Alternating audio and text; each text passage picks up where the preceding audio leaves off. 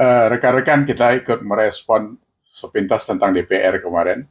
Tentang Sahroni ya udah kita tahu sudah dirujak dengan apa oleh Salsa Erwina dari Denmark, diaspora kita yang luar biasa cerdas. Terima kasih Dek Salsa yang telah mewakili unek-unek masyarakat Indonesia yang sedang bergejolak terus sampai sekarang.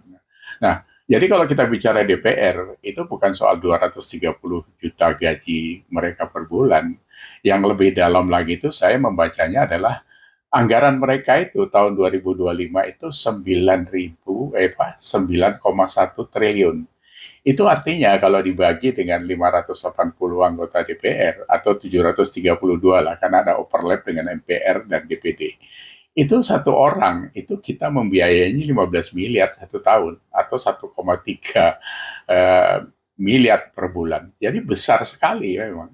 Nah, belum lagi apa yang terus selubung selama ini. Mereka itu terima pensiun antara 2 juta sampai 4,2 juta tergantung jabatan apa di DPR. Ini sama dengan jenderal yang mengabdi 30 sampai 40 tahun. Itu sama. Pensiunnya itu antara 2 sampai 4,3 juta itu.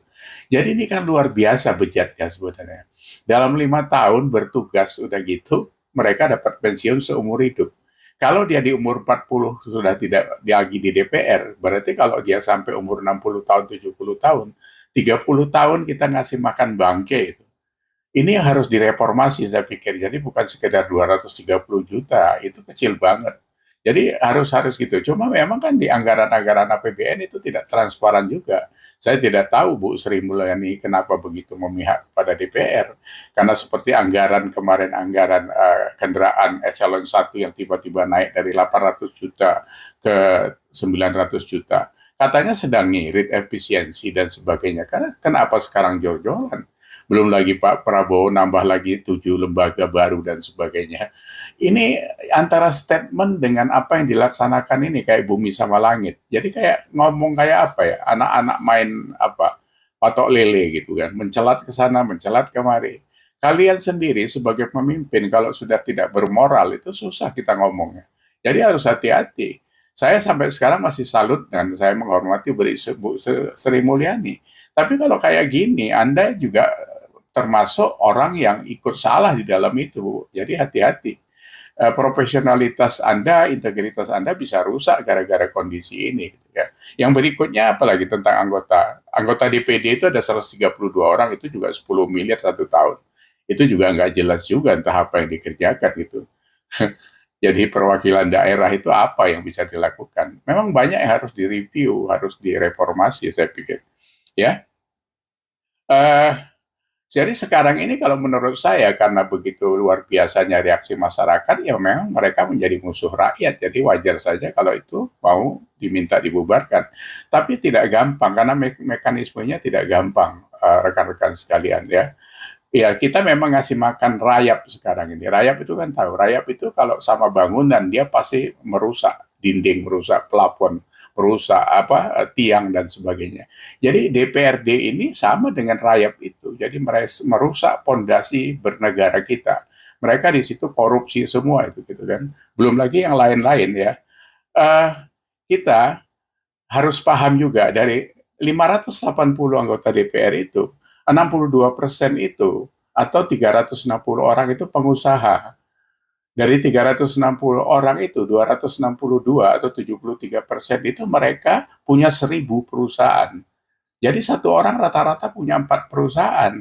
Ya ini kan terjadi pasti konflik of interest pada saat mereka membuat undang-undang, peraturan, atau apa saja yang mereka buat yang kita harapkan dari legislatif itu. Ini tidak bisa dihindari karena mereka punya uang. Belum lagi kalau kita bicara kemiskinan rakyat kita yang 192 juta itu.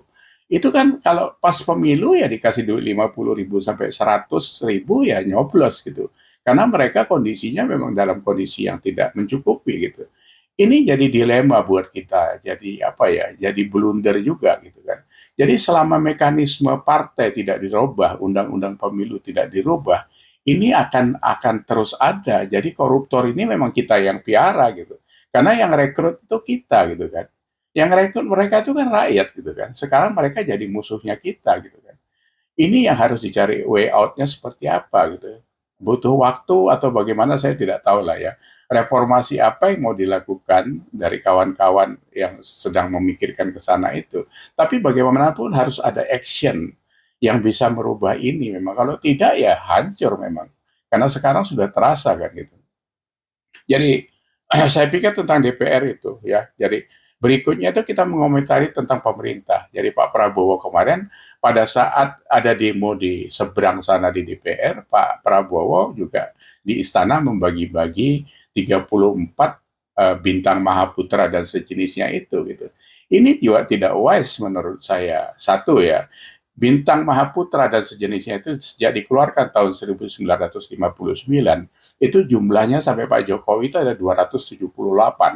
Jadi satu tahun itu dikeluarkan itu cuma 3,2 buah saja. Kemarin Pak Prabowo sudah mengeluarkan 34 dalam kurun waktu 8 bulan gitu. Jadi diobral sedemikian murah. Itu kalau kita baca ya nilai dari satu bintang kehormatan itu, orang itu harus betul-betul luar biasa mengkontribusi terhadap negara ini. Contohnya seperti Jenderal Sudirman, Hos Cokro Aminoto, Natsir, dan sebagainya, pahlawan-pahlawan yang lain. Nah ini sekarang dibagikan sama AHY, Bahlil. Ini anak kemarin yang baru jabat jadi menteri beberapa bulan, udah gitu apa Pak Hasim. Hasim ini aja ya Pak Prabowo, cuma ngurusin binatang langka. Masa dapat bintang Mahaputra atau sejenisnya itu. Terus Haji Isam. Haji Isam ini juga nongol baru sebagai pengusaha Kalimantan, ya memang gebrakannya luar biasa. Tapi siapa yang nggak tahu latar belakang dia kan gitu. Ada tambang dan sebagainya, isu macam-macam lah waktu itu kan. Tapi itu urusan dia gitu. Jadi kalau kita bicara bintang Mahaputra sebenarnya ya dari Jatim itu ada Ali Marcos, ada Mas Pion. Kenapa tidak Sampurna yang dari tahun 1913, Gudang Garam, James Riyadi dan bapaknya, ya Putra Sampurna dan sebagainya itu. Itu yang sudah puluhan tahun menggerakkan ekonomi Indonesia. Karena mereka ini mengkontribusi besar terhadap pajak, terhadap tenaga kerja, dan sebagainya. Jadi Pak Prabowo nggak bisa sembarangan seperti itu, gitu kan. Nanti Bapak diketawain orang. Sekarang ini Pak, saya sedih sebagai pendukung Bapak yang sudah setengah hati juga, gitu kan. Ini Bapak dimaki-maki orang di medsos ini Pak. Sudah begitu kasarnya mereka mengatakan apa kepada Presiden Republik Indonesia. Ini kan menurunkan harga diri Bapak, menurunkan image sebagai kepala negara yang dimaki-maki oleh rakyatnya. Ini kalau dibiarkan, ini tidak baik. Ini dipicu oleh perilaku Bapak sendiri. Karena Bapak nanti gebrak-gebrak meja, tapi actionnya nggak ada, ya kan? Mau berantas korupsi, ngurusin koruptor gitu. Ya bayangin kemarin itu ada Burhanuddin Abdullah menerima bintang Adi Prana. Loh, wong koruptor, jelas koruptor, orang tahu semua, pernah dihukum 5 tahun. Masa Bapak tidak sensitif seperti itu? Apa? Yang jelas-jelas itu orang yang tidak ada, ya bangkainya rakyat kok dikasih bintang itu kan. Luar biasa Bapak ini gitu kan. Sensitif sedikit Pak Prabowo. Anda itu presiden tuh. Bukan tukang bakso Pak Prabowo itu. Masa kelasnya diturunkan sendiri? Belum lagi kemarin apalagi pidato soal apa? Pidatonya yang baik-baik saja lah saya lihat itu. Pidato soal MBG udah mengkapat 21 juta anak yang makan MBG. Bapak tahu dapurnya aja nggak sampai 2.000, nggak masuk hitungannya Pak. 21 juta itu Bapak dilaporin kosong saja. Ya, itu kalau kalau sekarang di cover dengan 2.000 dapur, itu sama dengan satu dapur 11.000 porsi. Mungkin itu masuk di akal. Belum lagi yang keracunan tiap hari masih jalan. Ini kan kemarin NTT keluar lagi. Mana lagi? Banyak, Pak. Jadi yang kayak gitu Bapak tetap aja harus check and recheck. Bapak harus punya staf khusus untuk membaca laporan itu. Karena saya lihat Bapak tidak pinter tentang angka memang. Jadi sembarangan jadinya seperti itu. Apalagi pidato Bapak yang terbaru. Soal menterinya kasihan karena nggak pernah istirahat. Bang lalu Bapak bilang juga kasihan menterinya belum dapat mobil. Itu pidato presiden recehan itu Pak. Itu pidato ketua RT itu nggak kayak gitu kelasnya.